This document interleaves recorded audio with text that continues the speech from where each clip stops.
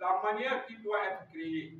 Allah a créé l'homme de la manière qui doit être créée. Il a créé les animaux de la manière que les animaux doivent être créés, de la plus bonne manière.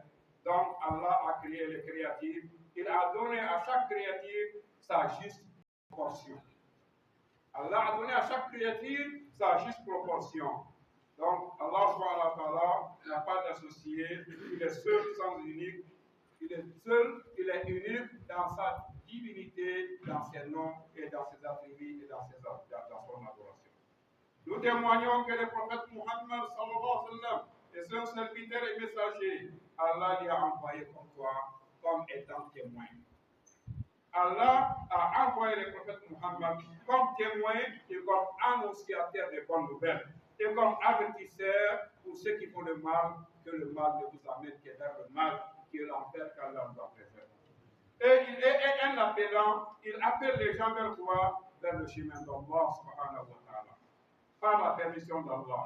Et le prophète Muhammad sallallahu alayhi wa sallam a été pour nous comme une lampe éclairante. Il a été pour nous comme une lampe éclairante qui nous a montré le chemin de la guidance. Tout ce qui peut nous amener le bonheur dans cette vie ici-bas et dans l'au-delà, le prophète Muhammad, il l'a dit éclairci. Ce qui peut nous apporter aussi le malheur, il l'a dit éclairci. Donc Allah augmente sur lui sa paix, sa bénédiction, ainsi que sa noble famille et ses compagnons fidèles. Et ceux qui ont suivi leur trace jusqu'à la fin des temps. Serviteurs d'Allah, craignons Allah subhanahu wa ta'ala et sachons qu'on n'a pas été créé pour s'amuser. Allah ne nous a pas créés pour le jeu, pour l'amusement. Et Allah ne nous a pas laissés aussi pour de rien, sans nous ordonner de faire quelque chose et nous interdire de certains sexes qui sont interdits.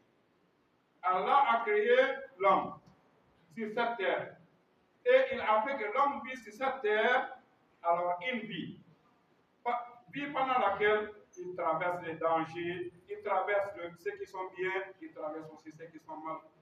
Allah nous a préservé, il nous a précisé le chemin du bien et le chemin du mal.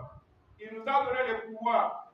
Il nous a donné le pouvoir alors de choisir les causes qui peuvent nous sauver, Allah nous a donné le pouvoir de choisir les causes qui peuvent nous sauver. Allah nous a recommandé d'attraper ces causes qui peuvent nous sauver. Et Allah a confié à l'homme la préservation de son âme. De préserver son âme, il y a confié l'âme pour qu'il préserve l'âme de tout ce qui peut nuire à l'âme. Et il a précisé à l'homme ses tendances. Et aussi son désir, les tendances de l'âme et les désirs de l'âme qui peuvent lui amener quoi? Au périssement. Pour que l'homme attrape son âme par ses rênes. Pour que l'homme attrape son âme par quoi? Par ses rênes. Les rênes, c'est quoi? C'est ce qu'on met dans la bouche du cheval. Si on veut l'arrêter, on le tire, on tire ses cornes et il s'arrête. Donc l'homme doit pouvoir attraper son âme par ses rênes.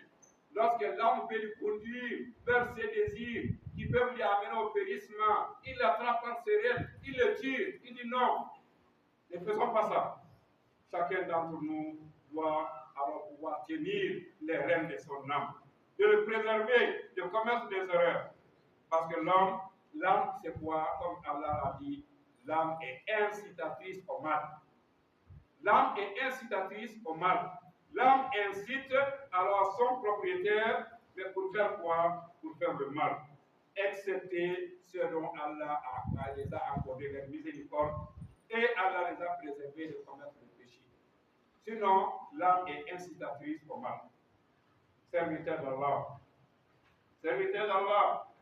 Allah nous a recommandé, Allah le Très-Haut nous a recommandé de préserver nos âmes, de commettre ce qui peut lui amener quoi? Vers le périssement. Allah nous a dit de préserver nos âmes. Le Très-Haut a dit, ne tuez pas vos propres personnes. Allah nous a interdit quoi? Le suicide.